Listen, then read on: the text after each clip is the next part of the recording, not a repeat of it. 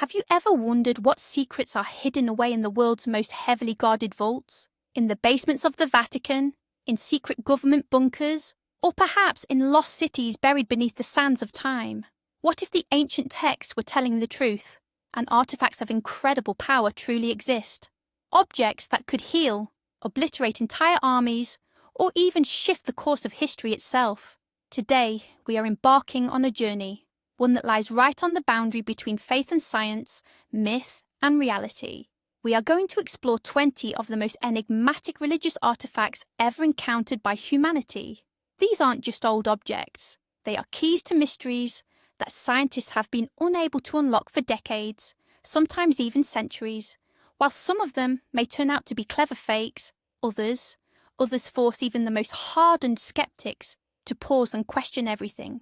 Are you ready to look behind the veil of secrecy? Then prepare yourselves. We begin now. Before we dive into the list itself, let's take a moment to define what we're talking about. Religious artifacts, or relics, are far more than just historical objects. For millions, perhaps even billions of people around the globe, they are the physical manifestation of their faith.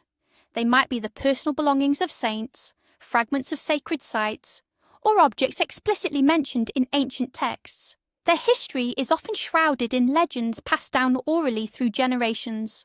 But what happens when these objects fall into the hands of scientists? A true battle begins. On one side stands faith, which requires no proof. On the other stands the cold, hard scientific method, which seeks to verify, measure and explain everything. Carbon dating, spectroscopy, genetic analysis, the most advanced technologies are brought to bear. And that, right there, is where things get truly interesting. Sometimes science easily exposes a forgery, proving the relic was created hundreds of years later than claimed. But occasionally, the results only deepen the mystery, leaving researchers completely baffled. It is these exact cases that we will discuss today, artifacts that simply refuse to fit neatly into the established worldview. Let's begin with arguably the most famous and sought-after artifact in human history, the Ark of the Covenant. According to the Bible, this was much more than just a box. It was the portable throne of God himself, built precisely to his specifications, which were given to Moses on Mount Sinai. Constructed from acacia wood and entirely overlaid with pure gold, the Ark held the stone tablets of the covenant inscribed with the 10 Commandments. But the crucial element wasn't its contents, it was its power.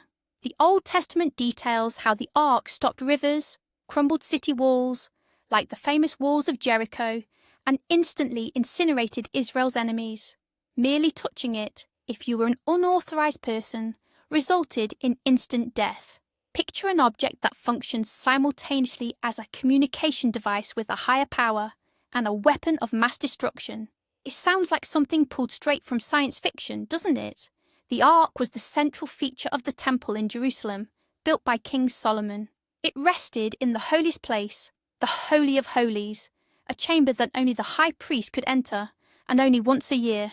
But in 587 BCE, the Babylonian king Nebuchadnezzar captured and destroyed Jerusalem. And from that moment on, the Ark's trail vanished. It simply disappeared. What happened to it?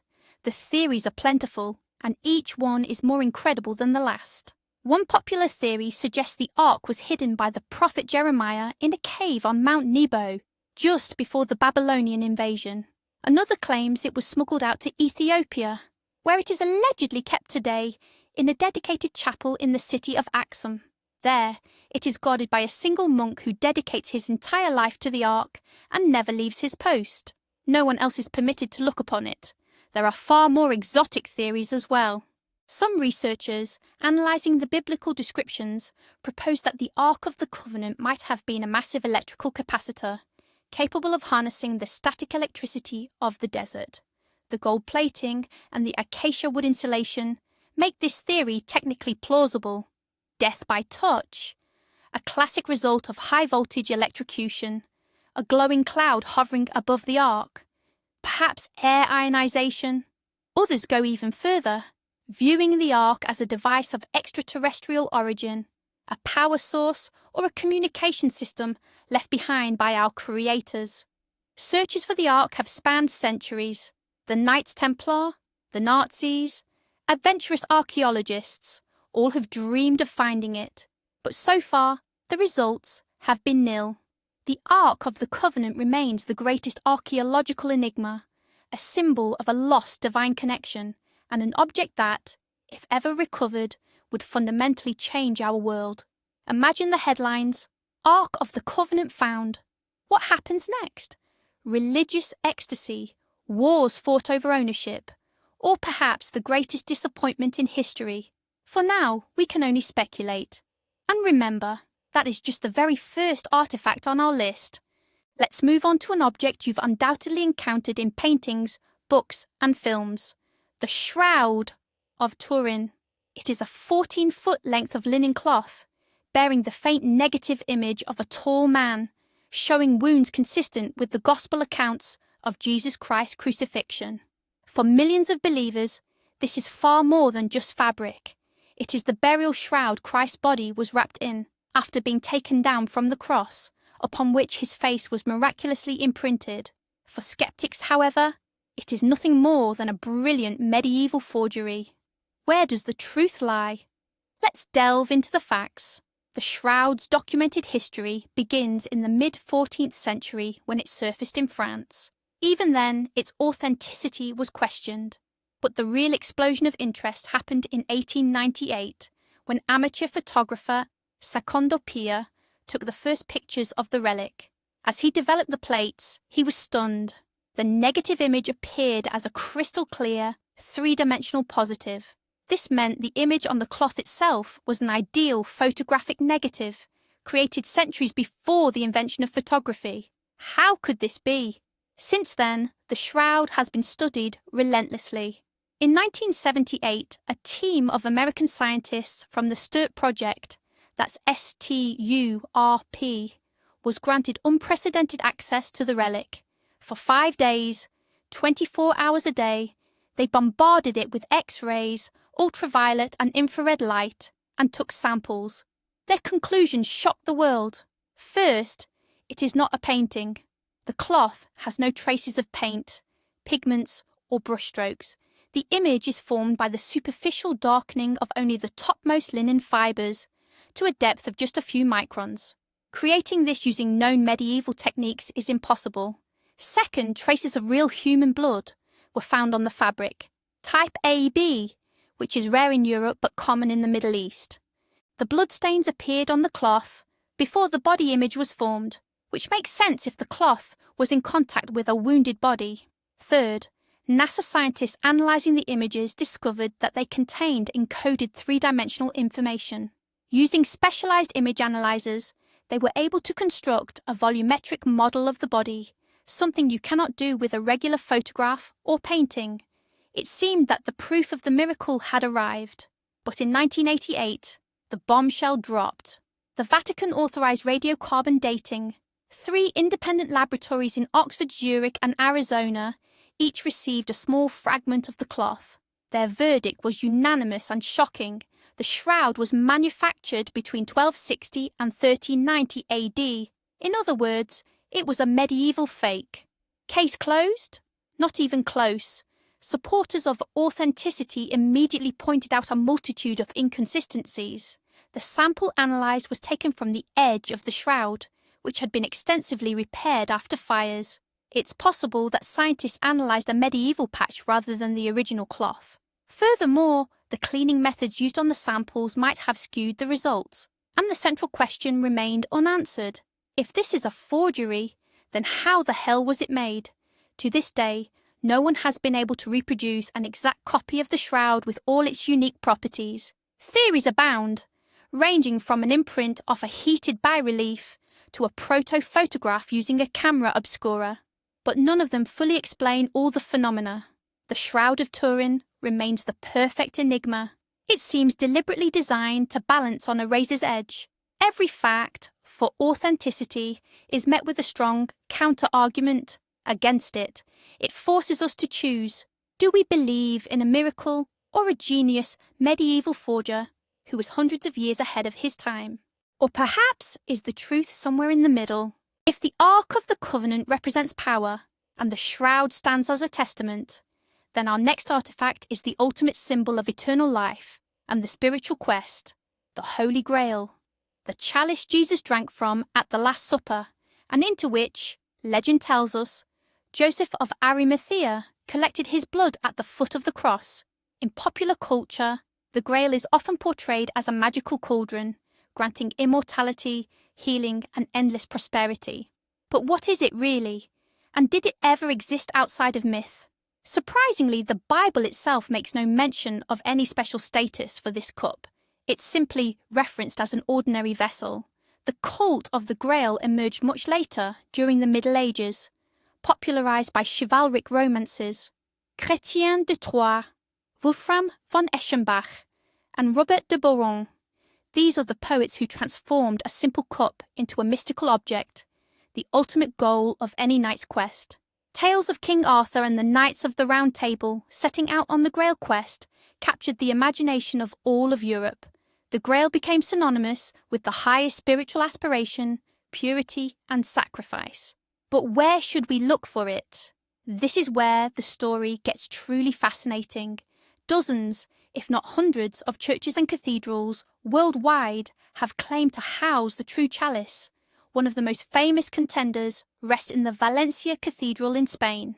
It is a small cup made of dark agate, mounted on an elaborate base of gold and precious stones. Archaeological studies indicate that the cup itself was indeed crafted in the Middle East, sometime between the 4th century BC and the 1st century AD.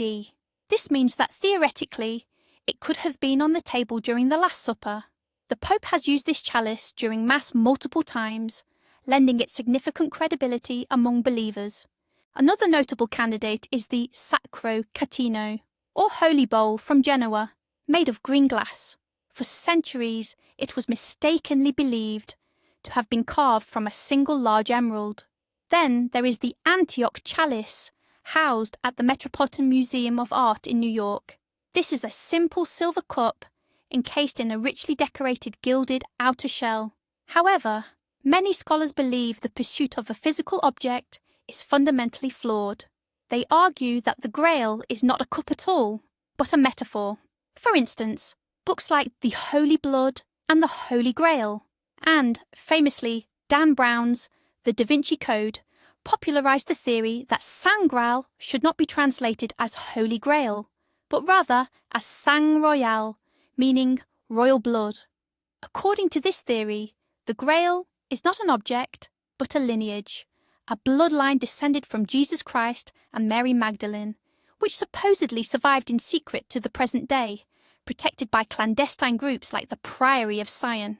The Catholic Church, of course, views this theory as heresy, but it does offer an explanation for why the search for a physical cup has been consistently unsuccessful. Perhaps the knights were searching not for an object, but for an heir. This version turns the entire saga into a thrilling detective story, where the stakes involve not just a relic, but the very foundations of Christian faith. The Holy Grail is more than an artifact. It is an idea, the idea that somewhere in the world exists something capable of quenching our spiritual thirst, healing our wounds, and providing answers to life's greatest questions. And perhaps that is why it has never truly been found, because the real Grail is something each of us must discover within ourselves. Moving from a symbol of mercy, let's turn our attention to an icon of sheer power and dominance, the Spear of Destiny, also known as the Lance of Longinus. According to the Gospel of John, this is the very weapon used by the Roman centurion Gaius Cassius Longinus to pierce the side of the crucified Jesus, confirming his death. Legend says that at that moment the blood and water that flowed from the wound, consecrating the spear, imbued it with incredible mystical power. The legend is simple, yet terrifying. Whoever holds this spear holds the fate of the world in their hands. But there's a heavy price. If the owner loses the spear, their death will soon follow. This sounds exactly like the plot of a Hollywood blockbuster, and for good reason. The history of this artifact is nothing less than a genuine historical thriller. The trail of the Spear of Destiny runs right through the heart of European history. Its list of legendary owners is astonishing. Emperor Constantine the Great, who made Christianity the state religion of Rome. Charlemagne, the founder of the Holy Roman Empire, who allegedly carried it through 47 military campaigns without a single defeat. Frederick Barbarossa, Napoleon Bonaparte. Every single one of them was at the pinnacle of power while the spear was in their grasp. The most notorious seeker of the spear in the 20th century was, of course, Adolf Hitler. The occult secrets of the Third Reich are a subject for another time, but the Spear of Destiny held a central place in those beliefs. Hitler was obsessed. After seeing the spear in the Hofburg Museum in Vienna, he claimed to feel its mystical aura and decided it must belong to him. Following the Anschluss of Austria in 1938, his first order of business was to have the spear moved to Nuremberg, the ideological heart of Nazism. He truly believed that with the spear in his hands, his Reich would be invincible. And indeed, while he possessed it, Nazi Germany marched from one victory to the next. But here is the ultimate irony of fate. On April 30th, 1945, American troops captured the Nuremberg bunker and took possession of the spear. Only a few hours later, Adolf Hitler committed suicide in his Berlin bunker. The legend had been fulfilled with terrifying precision. Today, that very Vienna spear is once again housed in the Hofburg. But is it the genuine article? Once again, much like the Holy Grail, we find ourselves with multiple claimants. Besides the one in Vienna, there is the Vatican spear, housed in St. Peter's Basilica in Rome, and the Armenian spear in the treasury of Echmiadzin. Which one, if any, is authentic? Scholars have examined the Vienna spear. Metallurgical analysis indicates that the spearhead itself was forged sometime in the 7th or 8th century AD, hundreds of years after the crucifixion.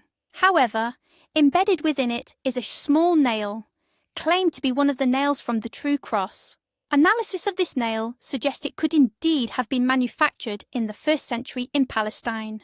Perhaps this nail is the true source of its power, and the spearhead itself is merely a much later, ornate setting for a far older and more vital relic. The Spear of Destiny remains a powerful symbol. It shows us how belief and mysticism can deeply influence real-world politics and history. Was it simply self-deception? Great dictators and emperors believing in the artifact's power, and thus acting with greater conviction? Or does the spear truly carry an energy capable of altering the course of events? We may never know the answer, but one thing is certain. The story of this object is a stark reminder that the lust for power remains one of the strongest and most dangerous human passions. Let's take a slight detour from purely religious relics and examine an artifact that bridges religion, science, and perhaps even extraterrestrial civilizations, the Antikythera mechanism. In 1900, a group of Greek sponge divers discovered a sunken ancient Roman shipwreck off the coast of the island of Antikythera. Among the amphorae, statues, and other treasures, they retrieved a shapeless lump of bronze fused with rock. No one suspected that this was arguably the most important find in the history of underwater archaeology. This strange object lay dormant in a museum for decades until the 1950s, when scientists decided to examine it using X-rays. What they saw was shocking.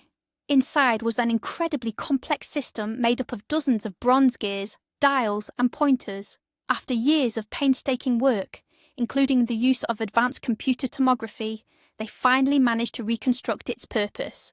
The Antikythera mechanism turned out to be an ancient analog computer, and not just any computer, but an astronomical calculating device of mind-boggling complexity. It could calculate the positions of the sun, the moon, and the 5 known planets on any given date. It predicted lunar phases, solar and lunar eclipses, and even the date of the Olympic Games. The machine's complexity was simply impossible for its era. It utilized differential gearing, a technology previously thought to have been invented only in the 16th century. The accuracy of its calculations was astounding. The mechanism dates back to approximately the 2nd century BCE. This implies that 1500 years before Copernicus and Galileo, the ancient Greeks not only understood the Earth's motion around the sun, but they could also model that motion mechanically. The technological sophistication demonstrated here was not surpassed in Europe until the Renaissance. This raises the core question: how? How did the ancient Greeks acquire such advanced knowledge and technology? Historical documentation describing the creation of similar devices is virtually non-existent. It's like finding a jet engine inside Tutankhamun's tomb. This mechanism simply shouldn't have existed in that era. What does this have to do with religion, you might ask? Everything. In the ancient world, astronomy and religion were intrinsically linked. The movement of celestial bodies was viewed as a manifestation of divine will. The ability to predict eclipses or planetary positions gave priests immense power. They could declare the will of the gods and set the dates for rituals and festivals. The Antikythera mechanism wasn't just a scientific instrument, it was a tool for communicating with the gods, for understanding the cosmic order they established. It allowed a glimpse into the future, predicting omens.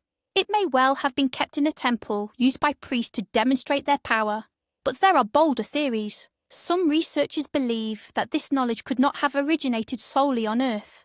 They see the Antikythera mechanism as evidence of paleocontact, a visit by a more advanced civilization who shared a portion of their technology with humanity. The mechanism might have been a gift, or a copy of an extraterrestrial device built from blueprints left behind. This theory certainly sounds fantastical, yet it elegantly accounts for the enormous technological gap. The Antikythera mechanism is a profound challenge to our understanding of history.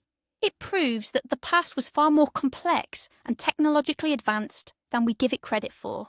It blurs the line between science and magic, showing that for the ancients, they were one and the same. It is a window into a lost world of knowledge, a world where a person could hold a model of the universe in their hands and feel equal to the gods. Moving on from the celestial mechanics of ancient Greece, let's journey to the heart of the Islamic world, Mecca.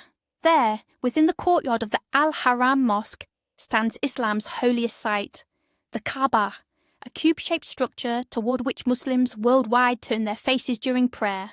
Embedded in the Kaaba's eastern corner is an object shrouded in even greater mystery, the Black Stone, or Al-Hajar al-Aswad.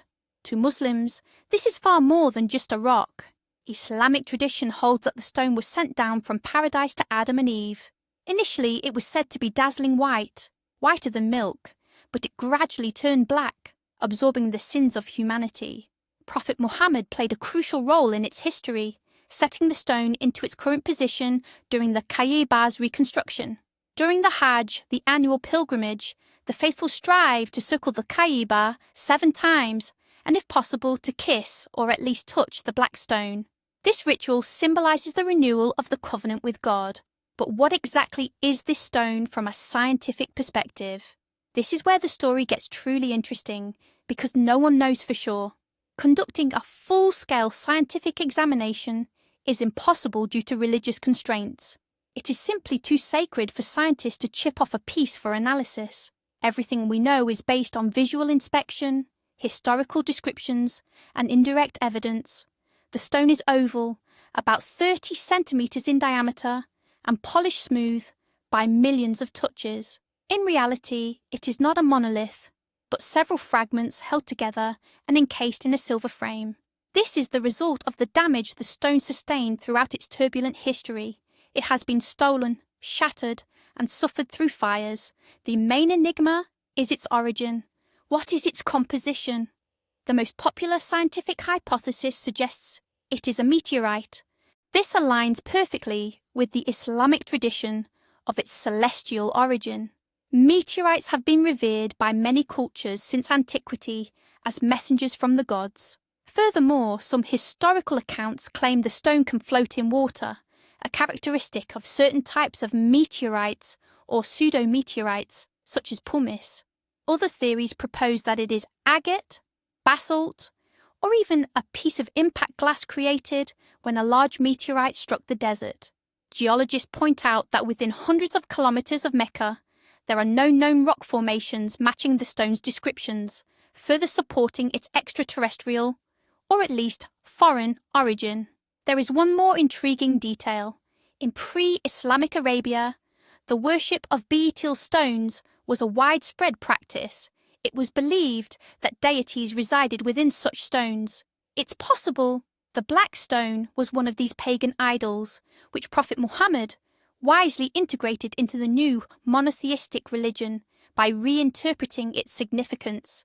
This allowed warring tribes to unite around a common, recognizable symbol. The black stone of the Kaaba is a unique example of an object existing simultaneously in two realities. In the reality of faith, it is a heavenly jewel, a witness to human history from Adam to the present day. In the reality of science, it is a geological anomaly, an unstudied specimen of unknown composition and origin. And perhaps this very duality is its greatest power. It forces us to contemplate where the line between the earthly and the celestial lies, and what is more important to the human soul, the chemical composition or the sacred meaning we ascribe to the world around us. Let's return to the very foundations of Judeo-Christian civilization, high atop Mount Sinai. According to the Bible, this spot witnessed one of the most pivotal events in human history. The prophet Moses met God face to face and received not just verbal instructions, but a tangible artifact. 2 stone tablets upon which the 10 Commandments were inscribed by the finger of God himself. These tablets, known as the Tablets of the Covenant, became the moral and legal bedrock for millions of people, defining their lives for millennia to come. But what exactly were these tablets, and what eventually happened to them? The biblical description is quite concise. They were tablets of stone, written with the finger of God. When Moses descended the mountain and saw his people committing idolatry, worshipping the golden calf, he shattered the first set of tablets in a fit of rage. He then had to return to the mountain, chisel 2 new stone slabs, and God inscribed the very same commandments upon them once more. It was this second set of tablets that was placed inside the Ark of the Covenant, a subject we've covered before. Consequently, their fate is intrinsically tied to the arks. They vanished along with it. But let's pause for a moment, assume the role of archaeologists, and try to analyse this story from a purely scientific perspective. First, what kind of stone were they made of? Some traditions suggest they were sapphire, not the blue variety, but a clear crystal-like form. Legend holds that they were carved from the very throne of God.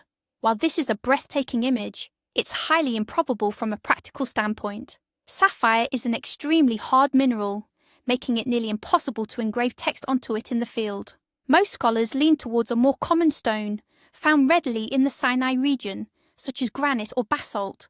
Second, what was inscribed on them? We are accustomed to the image of 2 arched tablets, each containing 5 commandments, but this visual is merely an artistic tradition that emerged during the Middle Ages.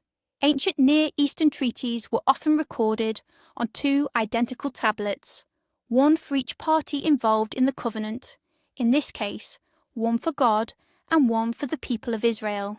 So, it's plausible that both tablets contained the full, identical text of all 10 commandments. The third and most significant mystery lies in the technology, written with the finger of God. How should we interpret this, literally?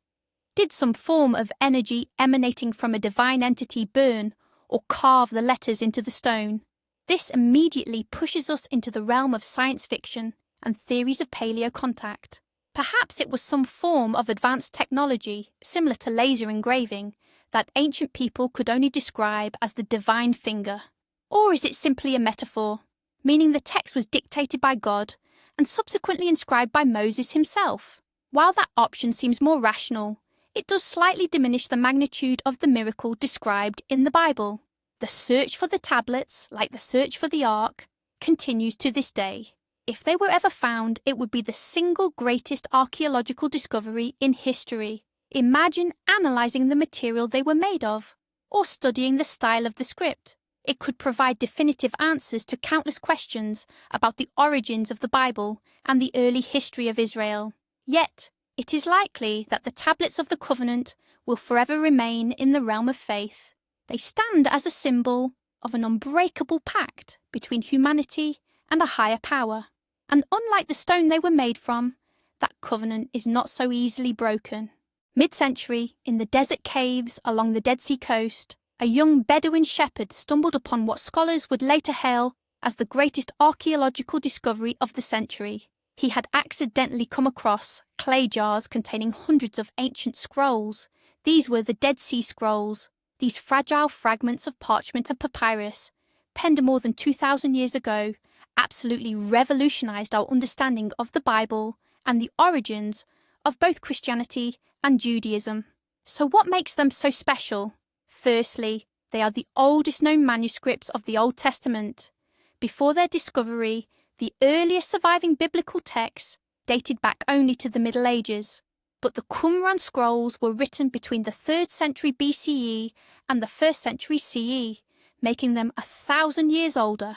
Comparing them to the modern text of the Bible, scholars were astounded. The texts were virtually identical. This proved the incredible fidelity with which the scriptures had been copied and transmitted across generations. But that wasn't the most intriguing part. Beyond the biblical texts, the scrolls contained previously unknown documents, rules, calendars, prophecies, and hymns belonging to a mysterious religious community that lived in the settlement of Qumran, not far from the caves. Most academics believe this community was the Essenes, one of the Jewish sects of the period about whom very little was known. These texts offered us a direct window into Jewish thought just before and during the lifetime of Jesus Christ, and the picture proved to be far more complex than we had imagined. The Essenes were ascetics who believed in the dualism of good and evil, light and darkness. They anticipated the imminent end of the world and the arrival of two messiahs, a priest messiah and a king messiah. Many of their ideas, and even specific phrases, show striking parallels with what we read in the New Testament. For example, their leader was known as the Teacher of Righteousness, who was persecuted and possibly killed by his enemies. This has led some researchers to wonder, was John the Baptist an Essene? Or perhaps was Jesus himself connected to this community? These questions ignited fierce debates. The publication and translation of the scrolls dragged on for decades, giving rise to numerous conspiracy theories. Rumours suggested the Vatican was deliberately withholding scrolls from the public, scrolls that supposedly could undermine the foundations of Christian faith.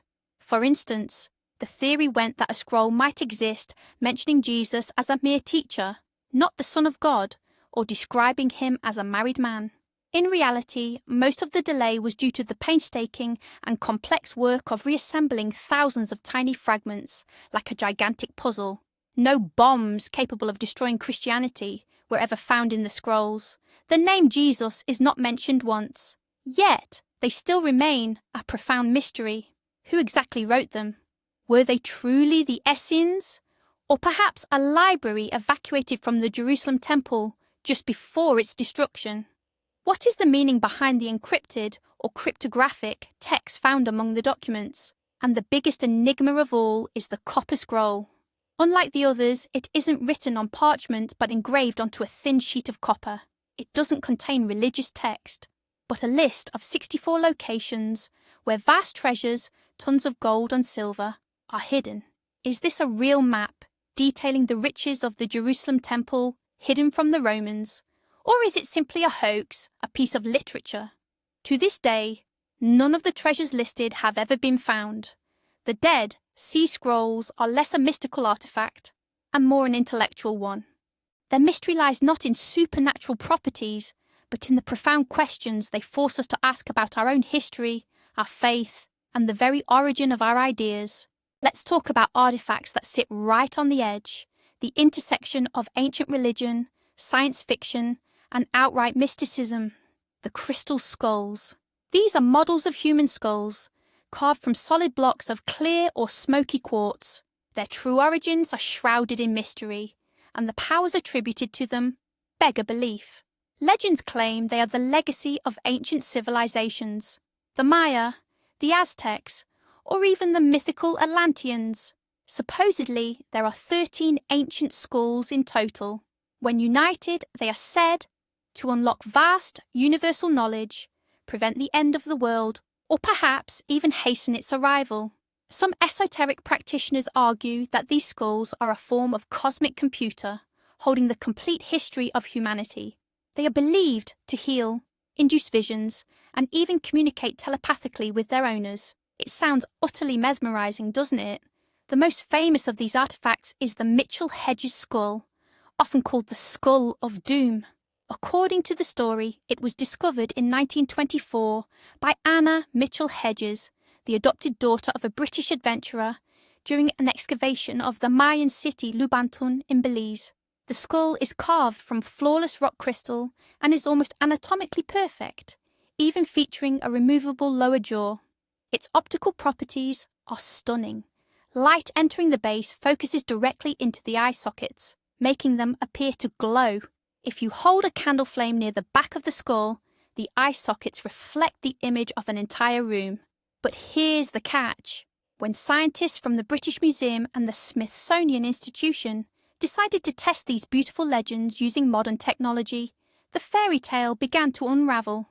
Electron microscopes revealed telltale microscopic marks on the surfaces of the Mitchell Hedges skull, as well as on others, such as the British and Parisian specimens.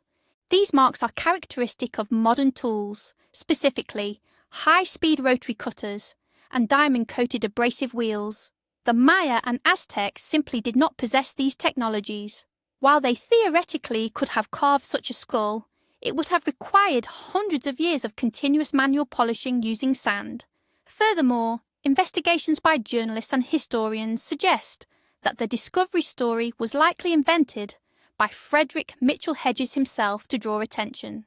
It is highly probable that he purchased the skull at a Sotheby's auction in 1943.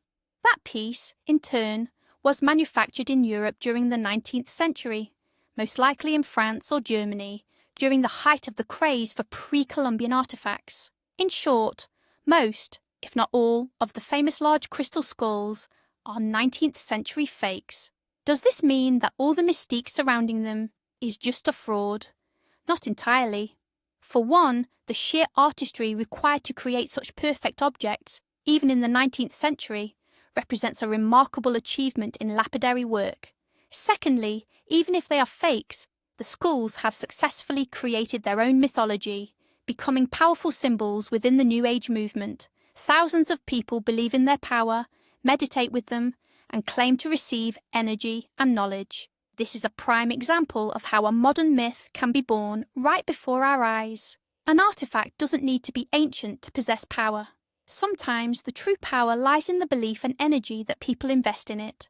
The crystal skulls are less an archaeological mystery and more a psychological one. They illustrate our enduring fascination with secrets, our search for hidden knowledge, and our eternal hope that somewhere out there a key exists to unlock all the secrets of the universe. Shifting our focus from the mystical skulls of the New World, let's turn our attention to the most sacred relics of Christianity. Following the crucifixion of Christ, countless objects associated with his passion became subjects of veneration. But what object could be more significant than the very cross upon which he was crucified? Fragments of the true cross are arguably the most widespread, yet simultaneously the most controversial, relics in all of Christendom. The story of how the true cross was discovered reads like a legend. In the 4th century AD, Helena, the mother of the Roman Emperor Constantine the Great, embarked on a pilgrimage to Jerusalem, despite her advanced age. She ordered excavations on Golgotha, the traditional site of Jesus' crucifixion. Workers soon uncovered 3 crosses. To determine which was the authentic cross, Bishop Macarius of Jerusalem suggested testing them on a sick woman. 2 crosses had no effect, but the 3rd immediately healed her. Thus, according to tradition, the life-giving cross was recovered. Helena left a portion of the cross in Jerusalem and sent the remaining part, along with the nails, back to her son in Constantinople. This moment marks the beginning of the astonishing proliferation of the relic. Fragments of the cross became the most precious gift emperors and patriarchs could bestow upon foreign rulers or major monasteries.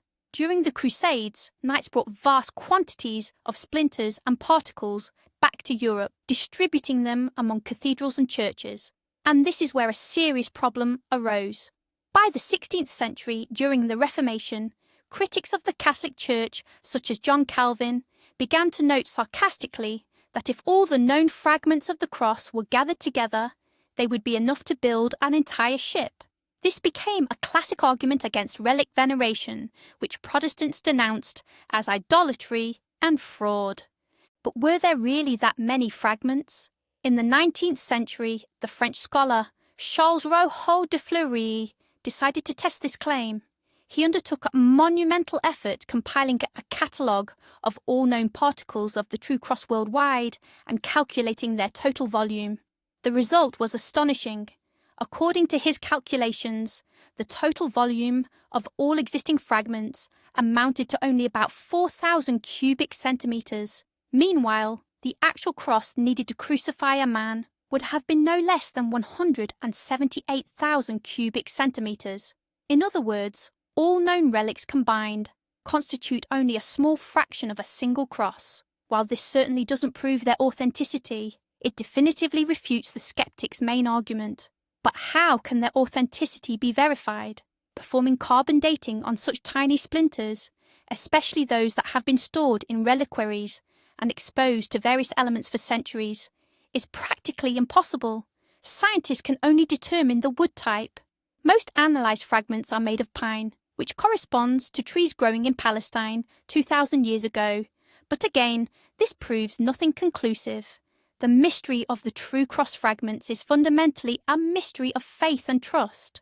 For the believer, touching such a relic offers a tangible physical connection to the events of the Gospels. For the skeptic, it is merely a piece of old wood. The truth, as always, lies somewhere in the middle. Undoubtedly, among the thousands of particles, there are countless forgeries created during the Middle Ages to attract pilgrims. But who can say with certainty that not a single one of them truly remembers the touch of Christ's hands? This very uncertainty keeps the relic alive, forcing every generation to re-evaluate the question of its authenticity for themselves. Let's take a brief detour from biblical narratives and turn our attention to European legends, stories that nonetheless are deeply intertwined with Christian mythology. The sword in the stone. This single image immediately conjures up King Arthur, the Knights of the Round Table, the wizard Merlin, and the Castle of Camelot. The most famous version tells us that after the death of King Uther Pendragon, Britain fell into chaos. To determine the rightful heir, Merlin placed a massive stone with an anvil on it in the town square, embedding a sword deep within. The inscription read, "Whoso pulleth out this sword of this stone and anvil is rightwise born King of all England." Many strong and noble knights attempted to retrieve the blade, but all failed. It was only the young Arthur, a humble squire, who easily drew the sword, proving his divine right to the throne. This tale is a classic myth of destiny and chosen lineage. The idea that true greatness is defined not by strength or nobility, but by purity of heart and purpose. But what if I told you that the sword in the stone is more than just a fairy tale? What if it actually exists?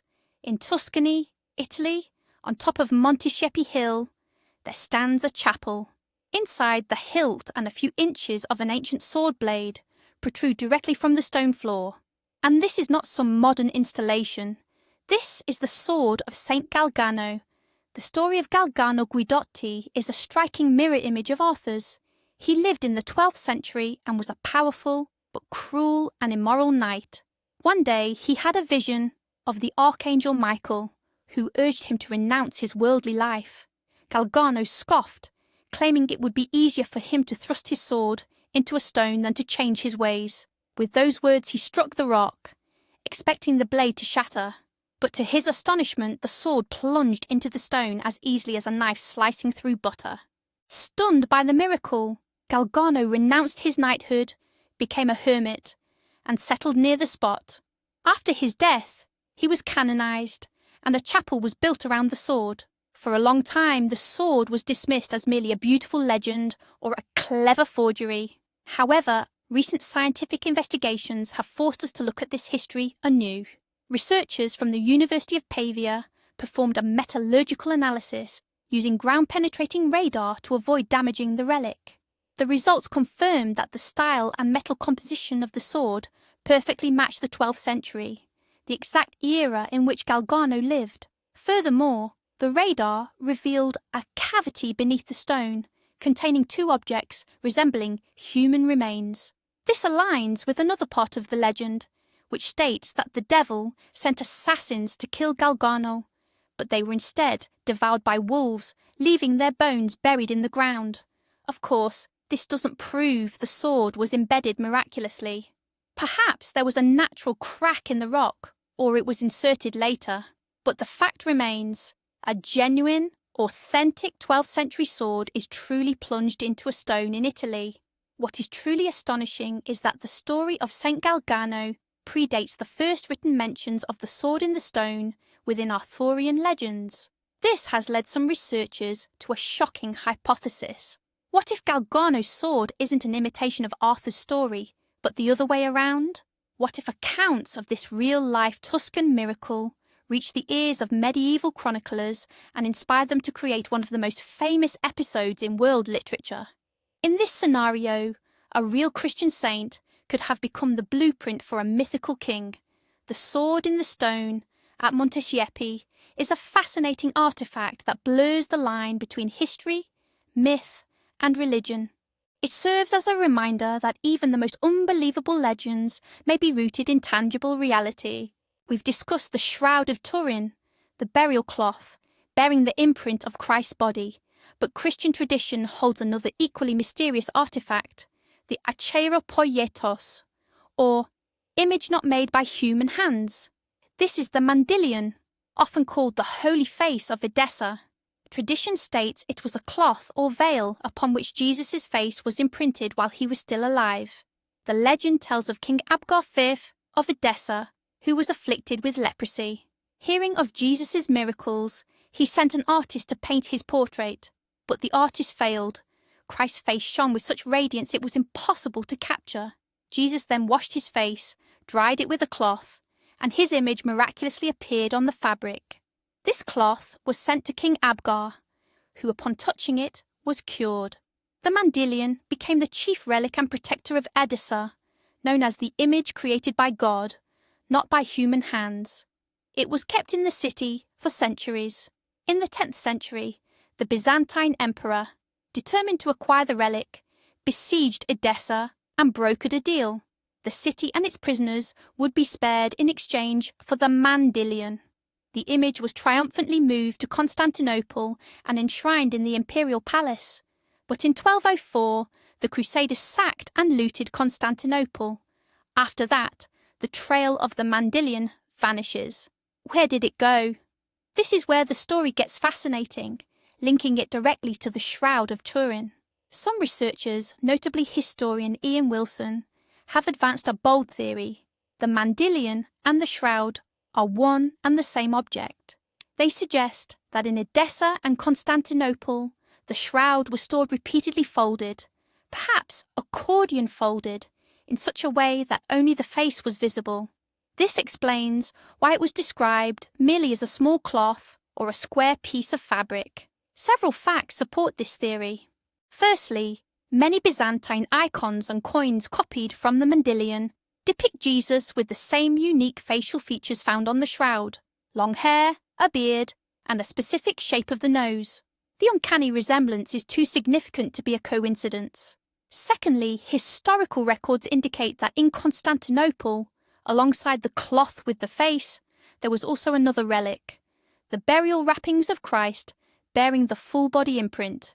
Perhaps at some point it became known that these were two descriptions of the same item. Following the sack of Constantinople, the relic may have fallen into the hands of the Knights Templar, who secretly safeguarded it.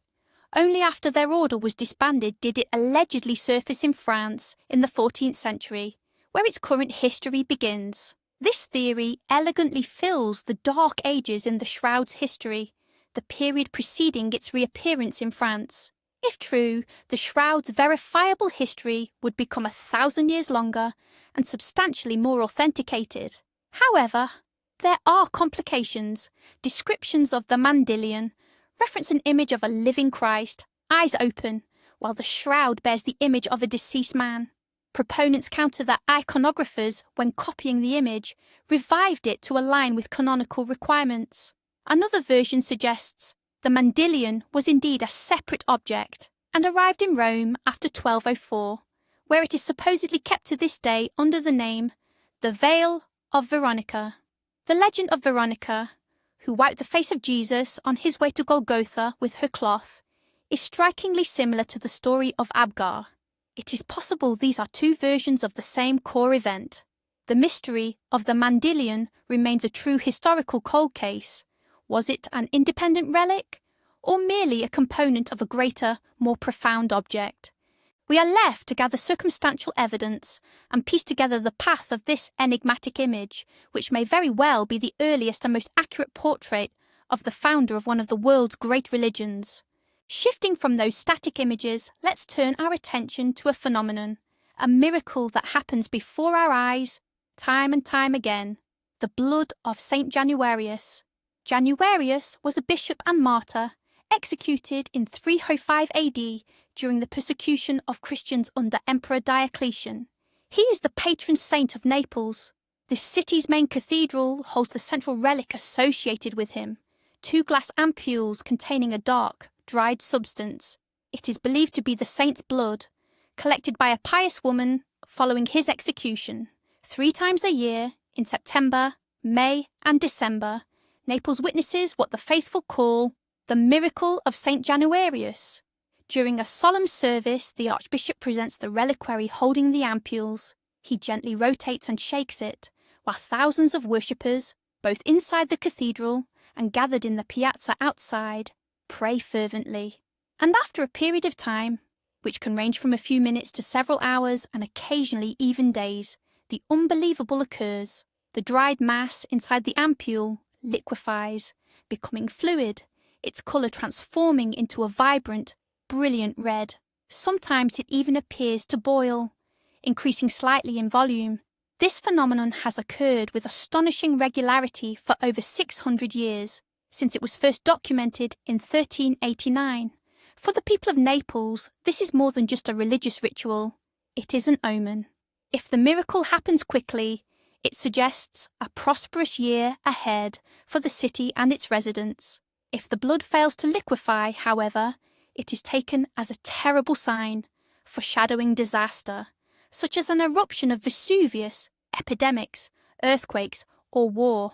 What is truly striking is that history seems to bear out this superstition.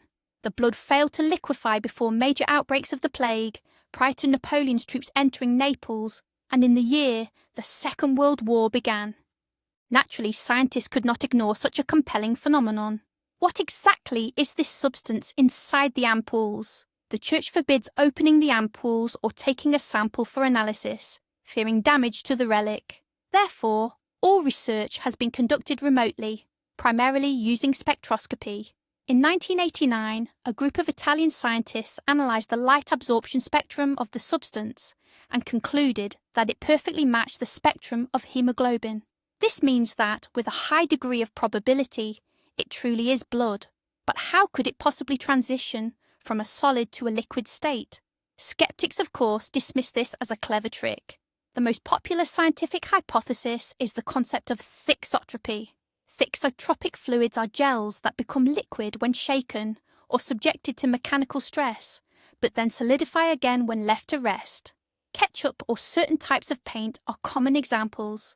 In the 1990s, Italian chemists successfully created a lab gel based on hydrated iron oxide that closely mimicked the colour and behaviour of the ampoule's contents. They suggested that medieval alchemists might certainly have possessed the knowledge necessary to create such a substance. However, this theory has its weaknesses. Firstly, no one has ever witnessed the reliquary being vigorously shaken. The archbishop performs slow, smooth movements. Secondly, liquefaction doesn't always happen quickly. Sometimes it takes hours and occasionally it doesn't happen at all, which is odd for a simple chemical process. Furthermore, the volume and viscosity of the liquid vary from one ceremony to the next. The miracle of St. Januarius remains one of the most intriguing and well-documented anomalies in history. It serves as a perfect example of the collision between faith and science. Science offers a plausible, yet not fully proven, explanation. Faith sees it as direct divine intervention. Meanwhile, the people of Naples simply continue to pray and hope that the blood of their patron saint will liquefy once more, offering them hope for a brighter future. Let's now dive into the darker, more sinister corners of folk belief, the unsettling borderlands between religion and black magic. We're talking about the Hand of Glory. This is easily one of the strangest and most chilling artifacts in European folklore. Picture this, the mummified left hand of a hanged murderer. Candles are lit, wedged between, or placed on the fingertips. And these aren't just any candles. They're made from the fat of that very criminal, with a wick fashioned from his hair. According to legend, this horrific candelabra possessed a range of supernatural powers. The chief among them was the ability to cast a deep, unshakable sleep upon every inhabitant of the house the thief entered. Doors and locks would spring open before the bearer, while the people inside slept a death-like sleep, unable to wake until the candles were extinguished. This flame could only be put out by milk or blood. Water was powerless against it. Furthermore, if one of the finger candles refused to light, it signaled that someone in the house was awake and alert. The origin of this belief is murky. The name Hand of Glory itself is most likely a corruption of the French main de gloire, which in turn seems to derive from the word mandragore, the mandrake root. The mandrake root, often resembling a small human figure, was also considered a powerful magical tool, and perhaps its properties were eventually transferred to this even more gruesome artifact. The hand had to be prepared according to a precise ritual. It was severed from the hanged man at night, then pickled in salt, and finally dried in the sun or a kiln alongside specific herbs. Only then was it ready for use. This all sounds like something straight out of a dark fairy tale or a horror story. It even makes an appearance in the Harry Potter books. But the most startling part? At least one such artifact has survived to the present day. It is housed in a museum in Whitby, England. This is a real, desiccated human hand, discovered within the wall of an old house. Analysis confirmed it is indeed human, and the preservation method aligns perfectly with the ancient descriptions. Whether it was ever used for its intended nefarious purpose, we may never know. What connection does this have to religion? At first glance, none at all. It seems like pure, unadulterated black magic. But if we dig a little deeper, we can see a twisted reflection of religious practice, the veneration of saints' relics, the belief that a body part of a righteous person retains miraculous power, is eerily similar to believing in the power of a criminal's hand, only inverted.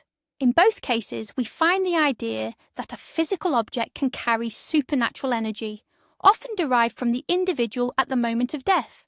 In one case, it's the energy of holiness.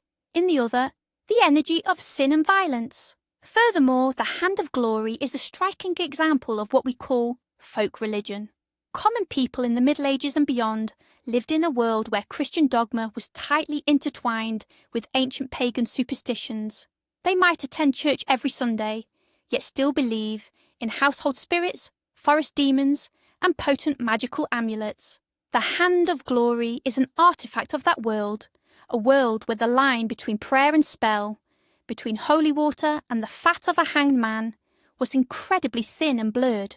It reminds us that beneath the official history of any religion, there always exists a shadow layer of beliefs, fears and rituals, a layer just as crucial for understanding human psychology.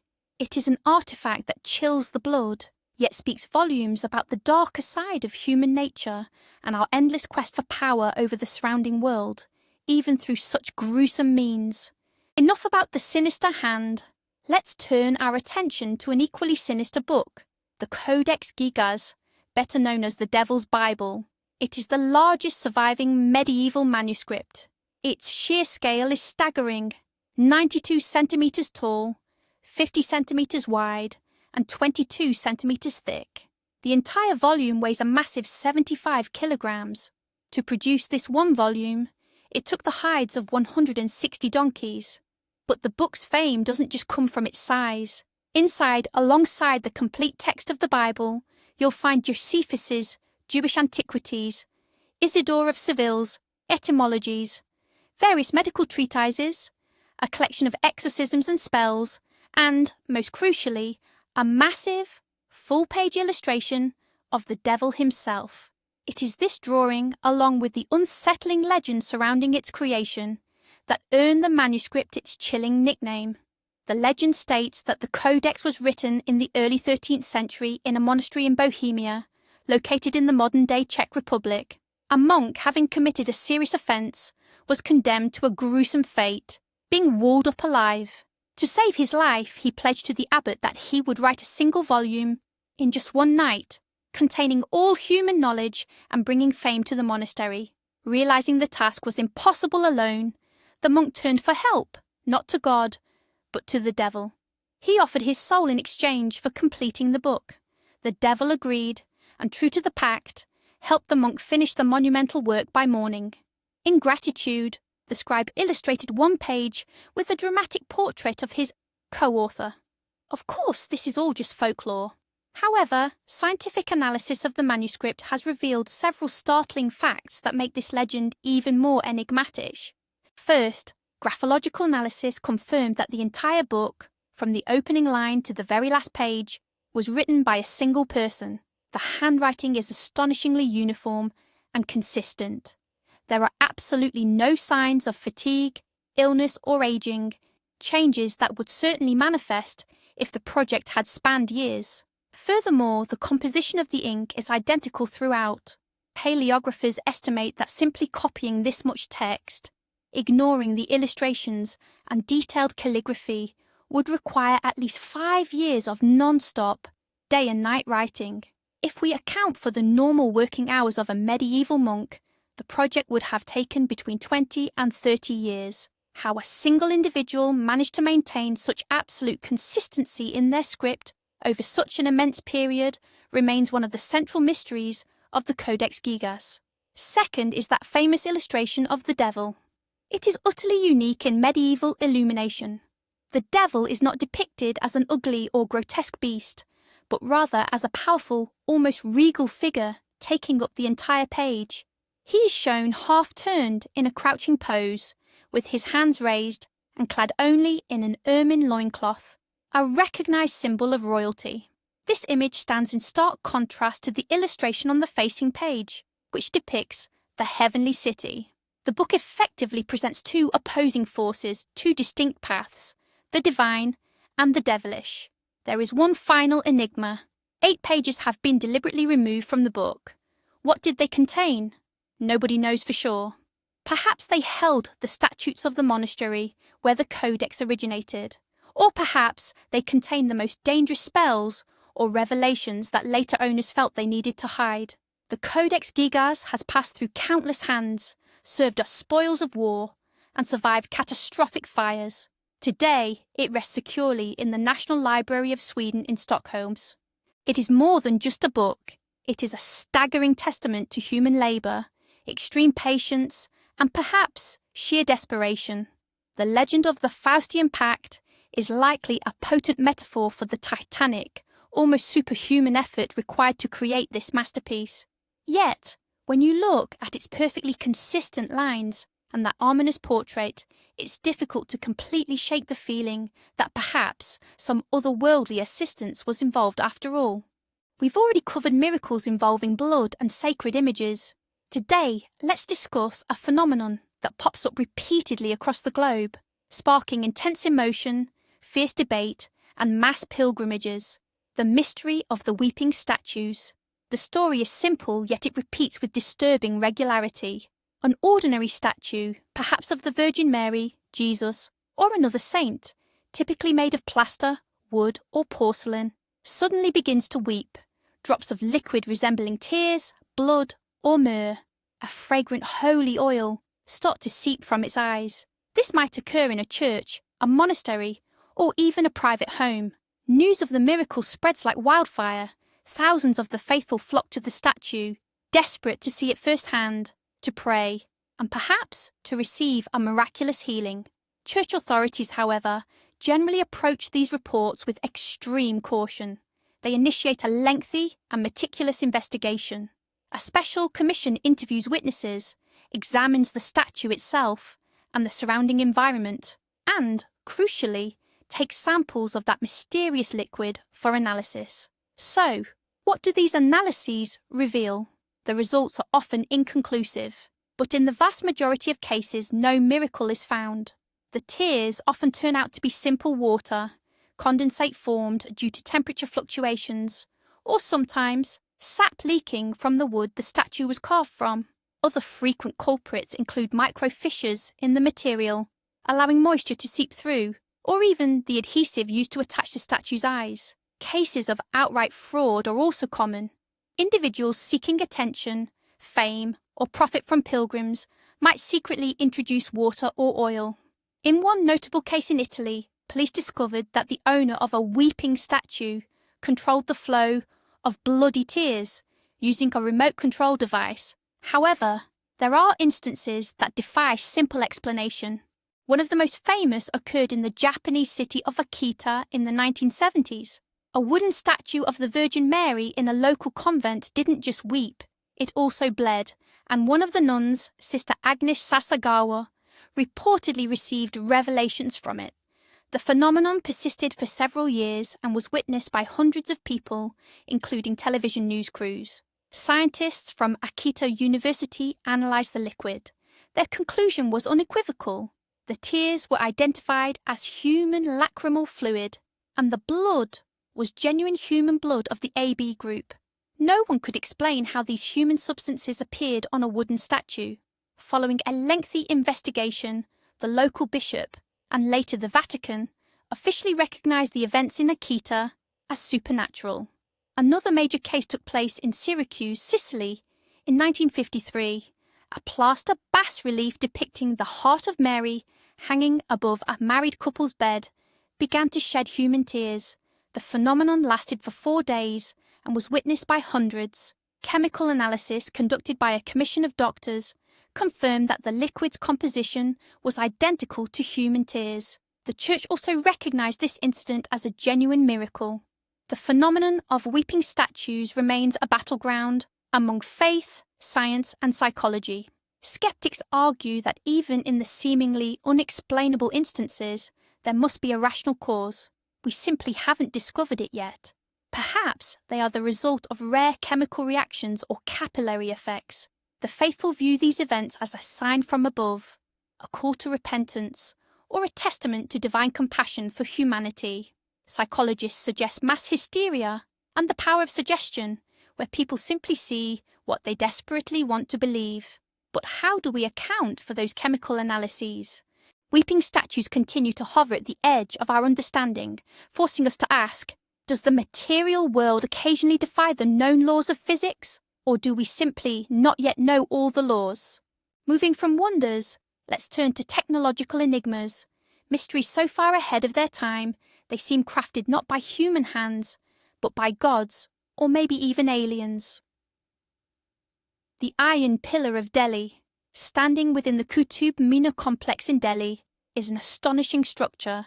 An iron column towering over 7 metres high and weighing roughly 6.5 tons. Inscriptions suggest it was erected in the 4th or 5th century CE in honour of King Chandragupta II. But its true marvel isn't its history, it's its condition.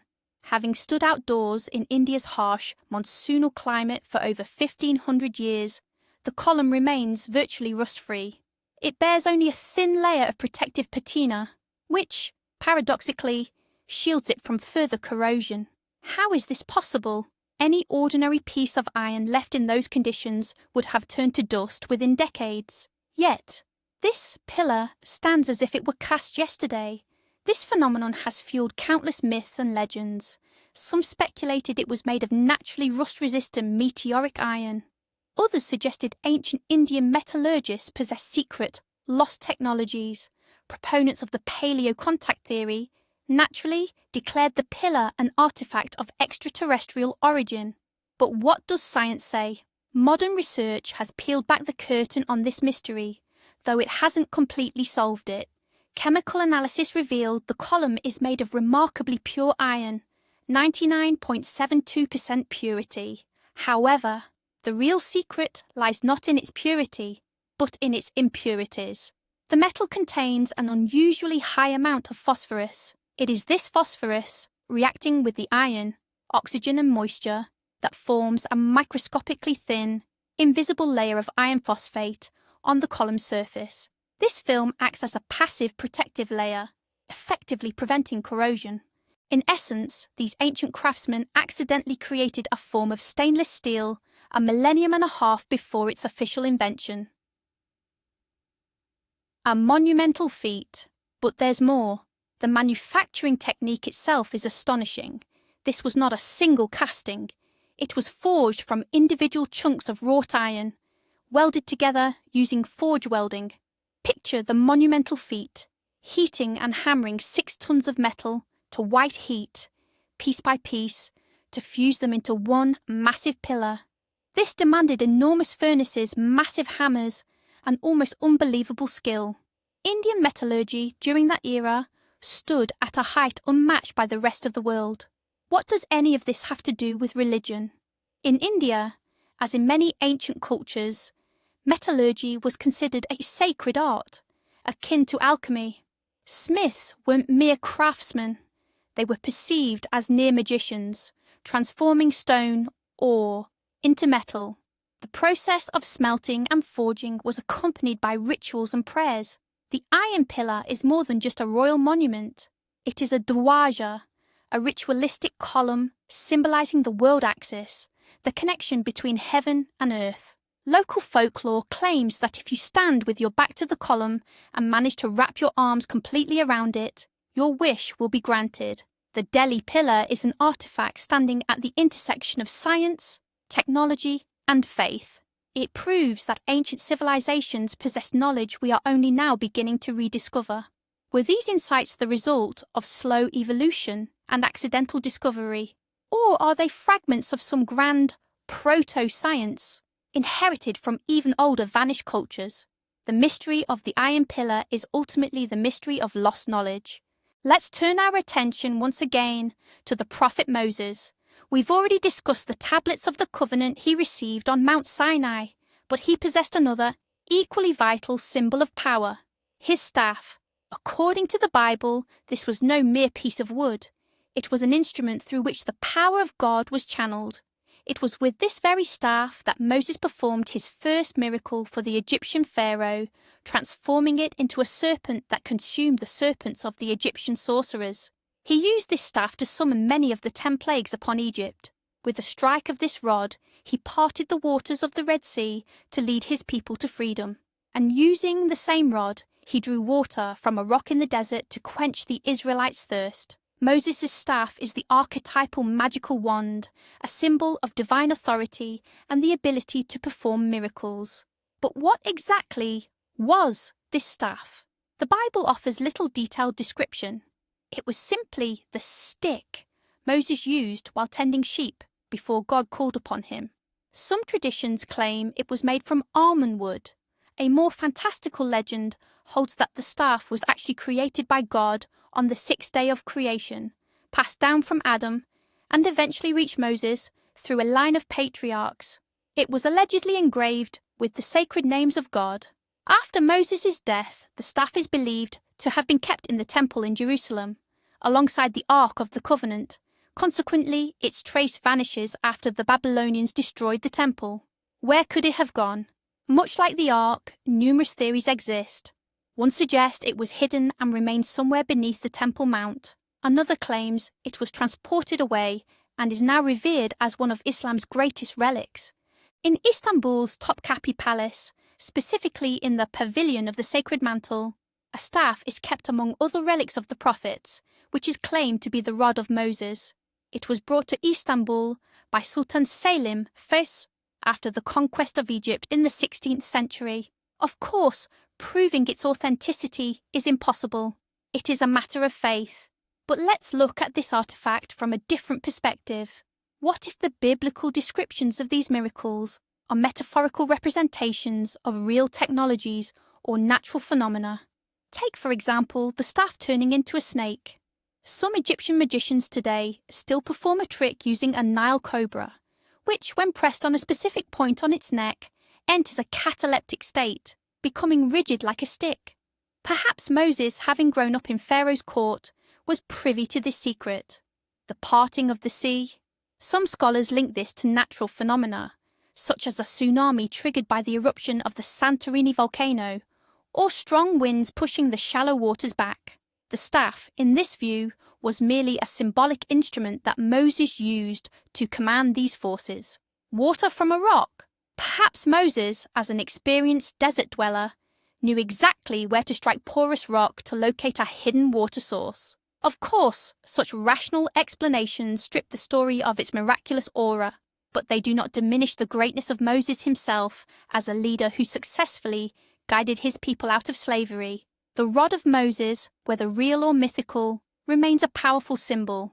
It symbolizes how, in the hands of a person driven by a higher purpose, even the simplest object can become an instrument that changes the world. And perhaps the true magic lies not in the staff itself, but in the faith and will of the one who holds it.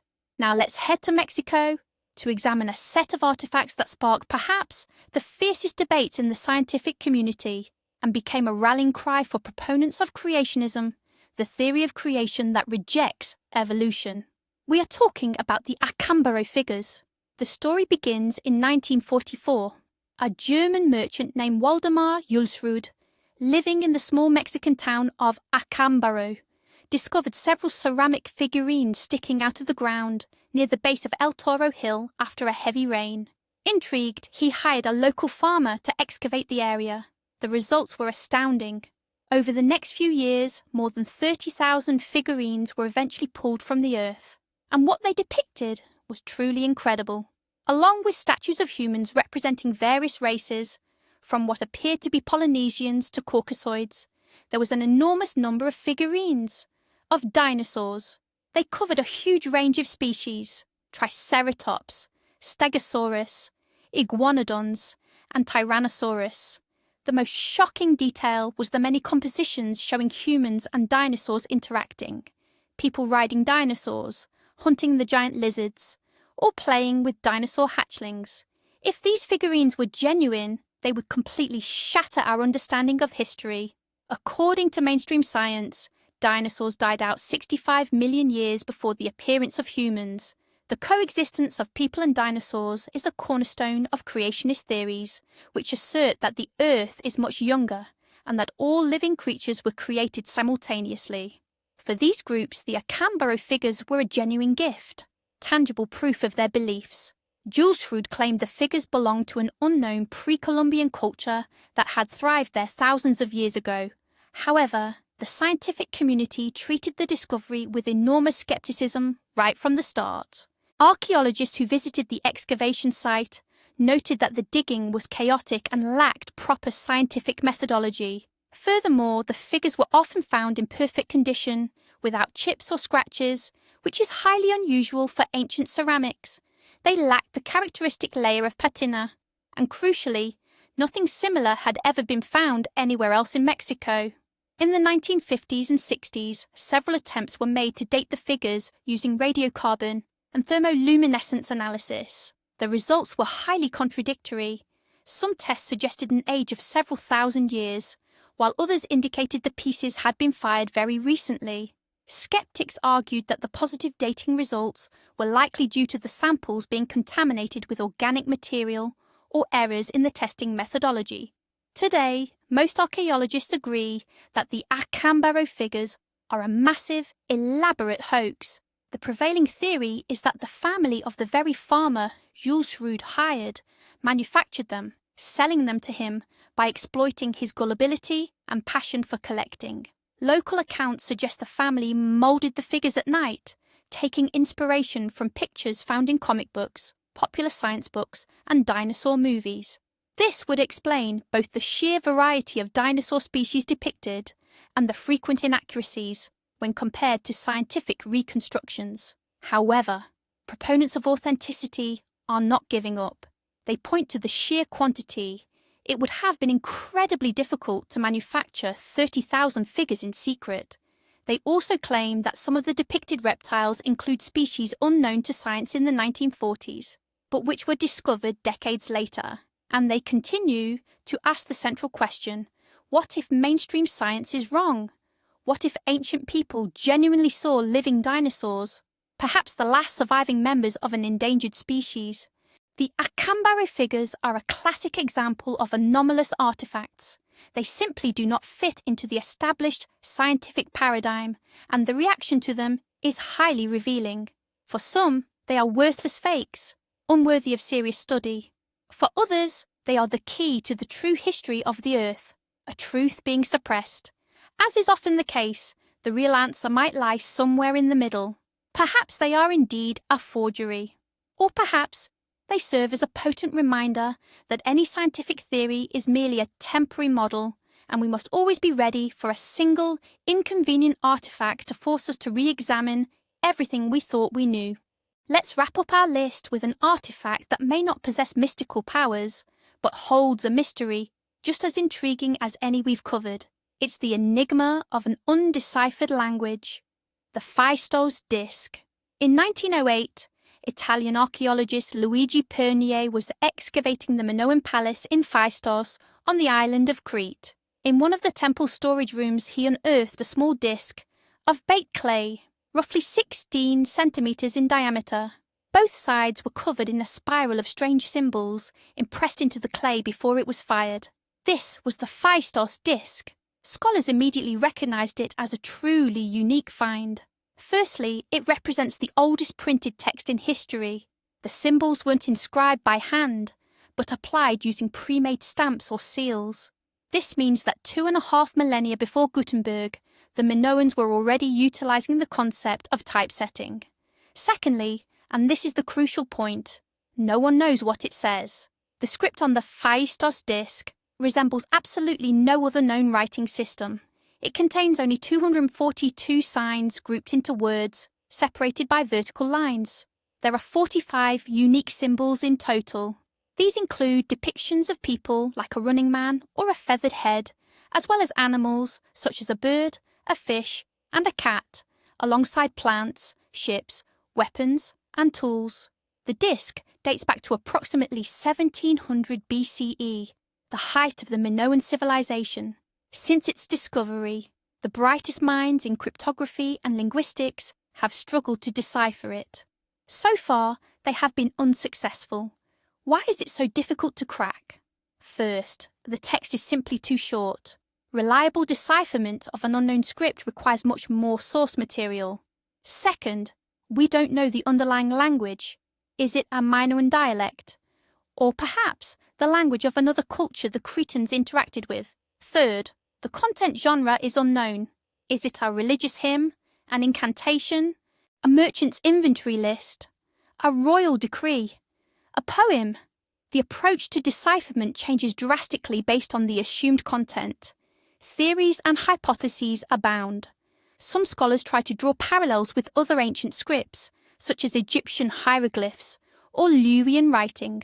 Others use mathematical and statistical methods, analysing the frequency and order of the symbol's appearance. Still others suggest it's not a script at all, but some kind of game, calendar, or astronomical reference tool.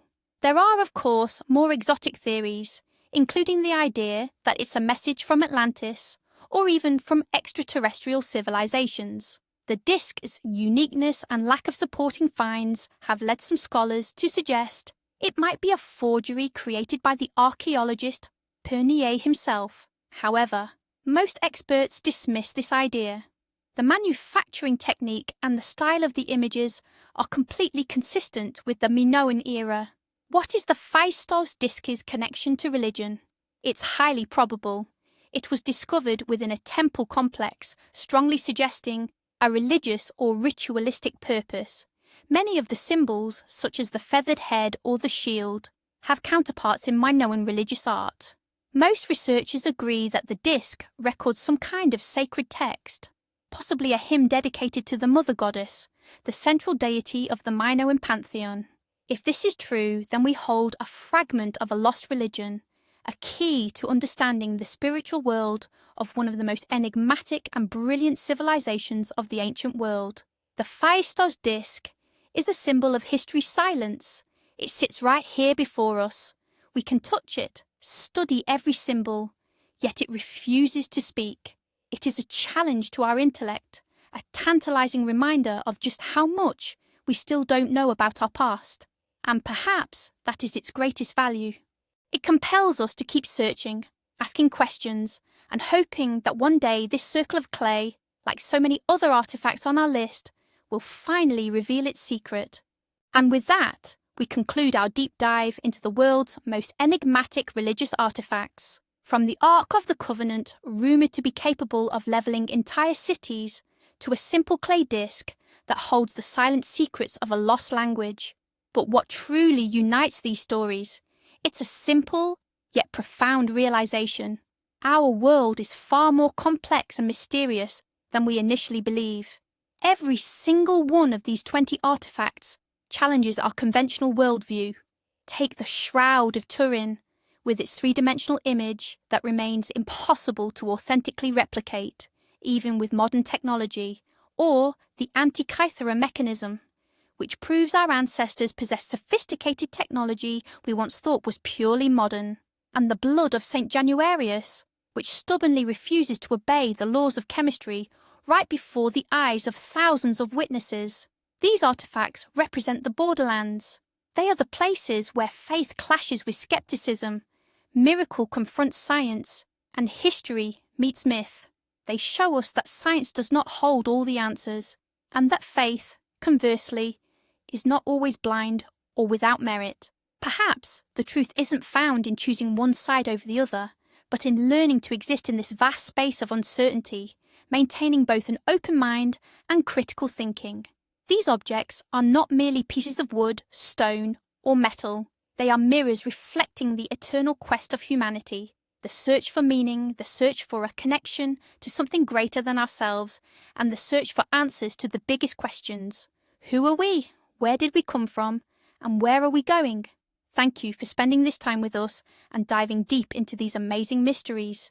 If you enjoyed this video, please remember to hit that like button. It really helps our channel grow. And of course, subscribe so you don't miss our future thrilling investigations. Now, we turn the biggest question over to you. Which of these artifacts impressed you the most?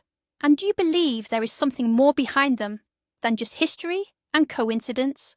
Let us know your thoughts in the comments below. We look forward to reading them. Until next time.